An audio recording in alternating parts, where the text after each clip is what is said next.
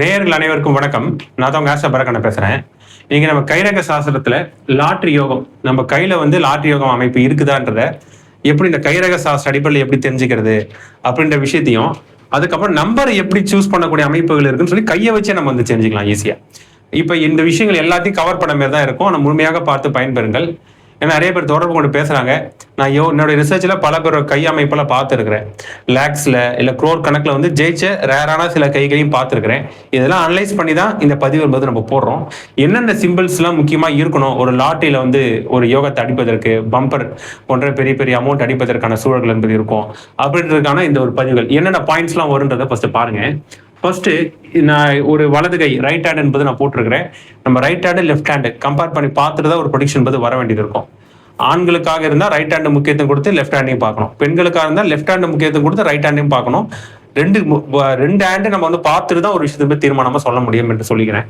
First இப்போ இந்த கையை பொறுத்தவரையில அதாவது எந்த விஷயம் ஃபர்ஸ்ட் ரொம்ப முக்கியம் அப்படின்னு சொல்லி பார்த்தீங்கன்னா, இந்த ரிங் ஃபிங்கர் சொல்லுவாங்க பாருங்க, இந்த மோதிர விரல் சொல்றாங்கல்ல, இதான் லக் ஃபிங்கர் சொல்றாங்க. காரணம் இதுதான் பாத்தீங்கன்னா இந்த சன் ஃபிங்கர், அப்போலோ ஃபிங்கர்னு சொல்லி ஆங்கிலத்துல பயன்படுத்துவாங்க. அதாவது சூரிய விரல் என்ற மாதிரி நம்ம எடுத்துக்கலாம்.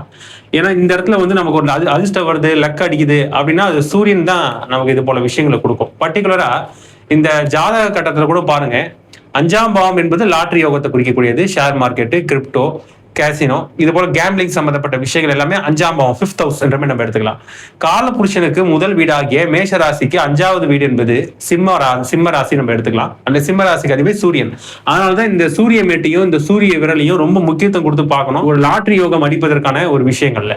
அதுல சில பேருக்கு பாத்தீங்கன்னா இந்த ரிங் ஃபிங்கர், இந்த மோதிர விரல் இருக்குல்ல, கொஞ்சம் நீட்டமான அமைப்புல இருந்து முதல் தரமான ஒரு யோகமான அமைப்பு எந்த அளவுக்கு கொஞ்சம் பெருசா இருக்கும். ஏன்னா சில பேருக்கு பாத்தீங்கன்னா ஆல்மோஸ்ட் இந்த நடுவரலுக்கு ஈக்குவலா சில பேருக்கு என்பது இருக்கும். இது ரொம்ப ஈக்குவலா வர்றது ரேரா தான் இருக்கும். ஆனா சில பேருக்கு பாத்தீங்கன்னா கொஞ்சம் பெருசா கிட்ட வரைக்கும் போகும். இந்த இடத்துக்கு தொட்டுருச்சுனாலே நல்ல சிறப்பான ஒரு அமைப்பு நம்ம எடுத்துக்கலாம். இந்த கையை நீங்க இப்படி வச்சு பார்க்கலாம். பார்க்கும்போது இந்த இடம் நேருக்கு நேர் வந்துடணும். அந்த இடத்துல வந்துருச்சுன்னா அந்த ரிங் ஃபிங்கர் பெருசா இருக்கு, அந்த நடுவரலுக்கு கிட்ட ஓரளவுக்கு இந்த மேற்பகுதியை தொடக்கூடிய ஒரு அமைப்புல இருக்கும் பட்சத்துல முதல் தரமான ஒரு அமைப்பு லாட்டரி யோகம் கிடைப்பதற்கான ஒரு அமைப்புல நம்ம எடுத்துக்கலாம். இந்த மோதிர விரல பாத்தீங்கன்னா கொஞ்சம் தடிமனா நீட்டா இருந்துச்சுன்னா இன்னும் கூடுதல் சிறப்பா எடுத்துக்கலாம். அதே போல இந்த இடத்துல பாத்தீங்கன்னா இப்ப நேர்கோடுகள் சில பேருக்கு போகும். இந்த விரல்ல நேர்கோடுகள் போகும், மைல்டா போகும் சில பேருக்கு டார்க்கா இருக்கும். இது நல்ல அமைப்பு.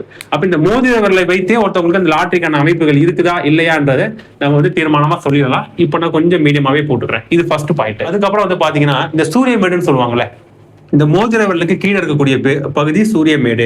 இந்த சூரிய மேடு என்பது கொஞ்சம் உப்பலாக இளஞ்சிவப்பாக நல்ல அமைப்புகள்ல, அதே போல இந்த சூரிய ரேகையோட சேர்ந்து இருந்தாலும் அவங்களுக்கும் பாத்தீங்கன்னா லாட்டரி யோகம் என்பது நிச்சயமாக இருக்கிறத எடுத்துக்கலாம்.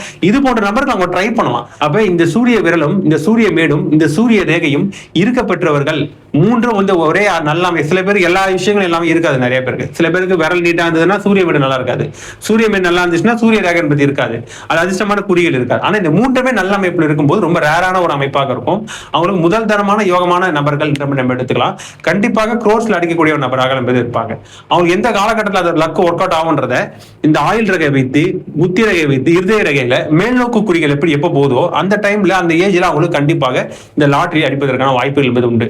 காலகட்டத்தையும் நம்ம கரெக்டா நம்ம குறிச்சிடலாம். அப்ப ஃபர்ஸ்ட் விஷயம் பாத்தீங்கன்னா ரிங் ஃபிங்கர் நம்ம எடுத்துக்கலாம். இந்த லாட்டரியில, கேசினோ, இந்த கேம்பிளிங் சார்ந்த விஷயம், ஷேர் மார்க்கெட்ல எல்லாத்தையும் நம்ம காமனா இந்த விஷயத்தை பொறுத்துக்கலாம். இந்த லாட்டரி யோகம் அடிப்படையில் நம்ம எடுத்துக்கலாம். அப்ப இந்த விஷயம் ரொம்ப முக்கியமான ஒரு விஷயம். அடுத்து பாத்தீங்கன்னா விதிரேகை. இந்த நடுவரல் இருக்குல்ல, இந்த சனி விரல் சொல்லுவாங்க, அந்த சனி விரலை நோக்கி ஒரு ரேகை போகும். இந்த கீழ இருந்தே போகும்.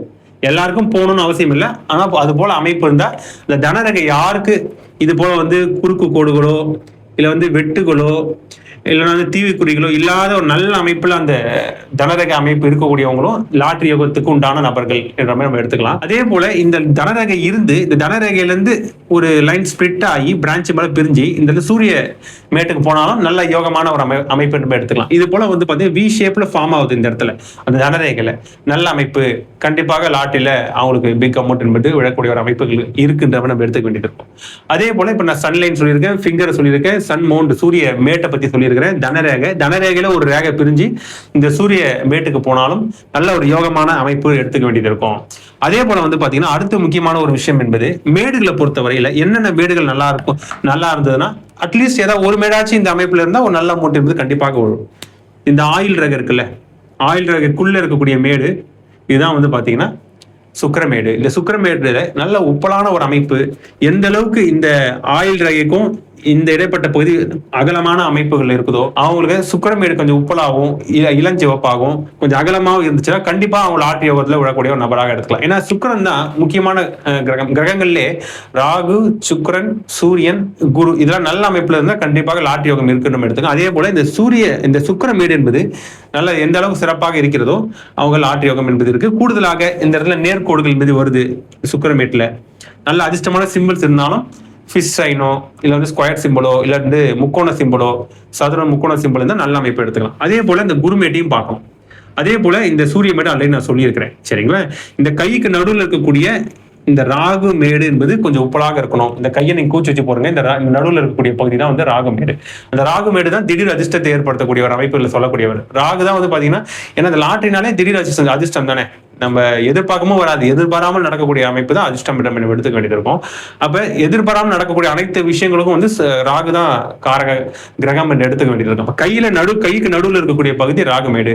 ராகுமேட்ல நல்ல சிம்பிள் ஸ்கொயர் சிம்பிளோ இல்ல வந்து முக்கோண சிம்பிளோ இல்ல வேற ஏதாவது ட்ரைடன்ட் சிம்பிள் சார்ந்த விஷயங்களோ இல்ல எக்ஸ் மார்க்கோ இருந்துச்சுன்னா நிச்சயமாக அவங்களுக்கு லாட்டரியில பணம் என்பது விழும். வேற என்னென்ன விஷயம் பார்க்க வேண்டியது இருக்கும் அப்படின்னு சொல்லி பாத்தீங்கன்னா மணி ட்ரையாங்கிள் கையில இருக்கான்னு சொல்லி பாருங்க. இது ரொம்ப முக்கியமான ஒரு விஷயம்.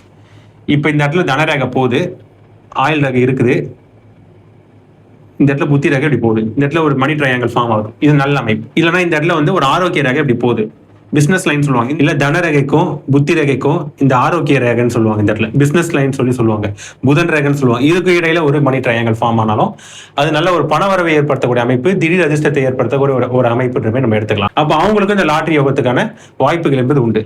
அதுக்கப்புறம் வந்து பாத்தீங்கன்னா கையில வந்து எம் சைன் இருந்தாலும் நல்ல சிறப்பு. எம்னா மணி சைன், மணின்றத எம் வந்து குறிக்கக்கூடியது. இந்த எம் சைன் எப்படி ஃபார்ம் ஆகும் அப்படின்னு சொல்லி பாத்தீங்கன்னா இந்த இடத்துல வந்து இருதய ரேகை என்பது இருக்கு, இங்க வந்து பாத்தீங்கன்னா ஆயுள் ரேகை என்பது வருது, அப்ப இந்த இடத்துல புத்தி ரேகை என்பது வருது, இங்க ஒரு தனரேகை என்பது வருதுன்னு வச்சுங்க. இப்ப இந்த இடத்துல எம் சைன் ஃபார்ம் ஆகுது பாருங்க, இது போல அமைப்பு. இது இந்த இடத்துல வந்து பாத்தீங்கன்னா இந்த புத்தி ரேகை ஆயுள் ரேகை இணைஞ்சிருக்கணும், அப்பதான் எம் சைன் கரெக்டா ஃபார்ம் ஆகும். இப்படி போல எம் சிம்பிள் வந்தாலும் நல்ல ஒரு பணவரவை ஏற்படுத்தக்கூடிய ஒரு அமைப்பு எடுத்துக்கலாம். கையில் அதிர்ஷ்டமான குறிகள், அதாவது இந்த சூரியமேட்ல முக்கோணம், சதுரம், இது போல வந்து ட்ரைடன்ட் சிம்பிள் இல்ல ஃபிஷ் சிம்பிள், இது போல அமைப்புகள், இது போல குறிகள் சுக்கிரமேட்டிலோ சூரியமேட்டிலோ குருமேட்டிலோ இல்ல கைக்கு நடுவில் இருக்கக்கூடிய ராகுமேட்டில் இருந்தாலும் நல்ல அமைப்பு எடுத்துக்கலாம். இது போல பலவிதமான விஷயங்களை வைத்து ஒருத்தவங்களுக்கு லாட்டரி யோகம் இருக்குதா இல்லையான்றதை நம்ம வந்து தெரிஞ்சுக்கலாம். ஏன்னா இதெல்லாம் தெரிஞ்சுக்காம நிறைய பேர் என்ன பண்றாங்க, நமக்கும் கிடைக்கும் அப்படின்னு ஒரு ஆர்வத்துல நிறைய பேர் கடனெல்லாம் வாங்கி அதில் செலவு பண்ணி பணத்தை விரயம் வந்து ஆக்குறாங்க.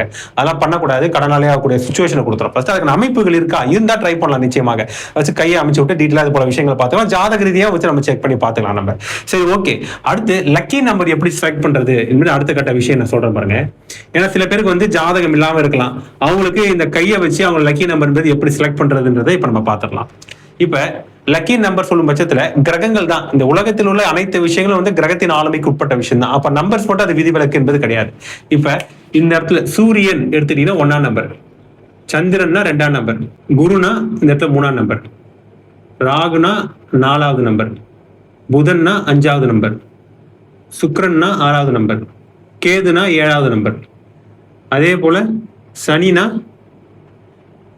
8வது நம்பர், செவ்வாய்னா 9ஆம் நம்பர். இப்படி எடுத்துக்கிட்டீங்களா? இப்ப இந்த கிரகம் தான் வந்து பாத்தீங்கன்னா கையில வந்து மேடுகளா என்பது இருக்குது.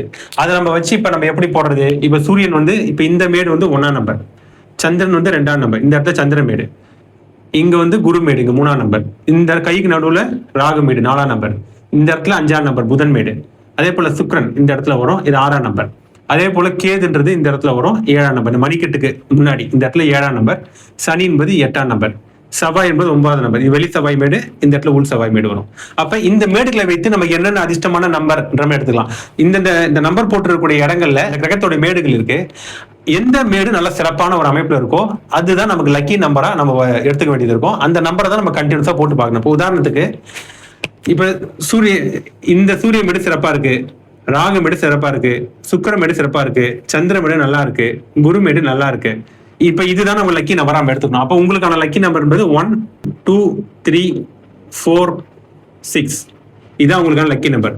1, 2 3 4 6. அப்ப இந்த நம்பர் அடிப்படையில நீங்க வந்து போட்டு பார்க்கணும், டோட்டல் கூட்டு தொகை போட்டு பார்க்கணும்.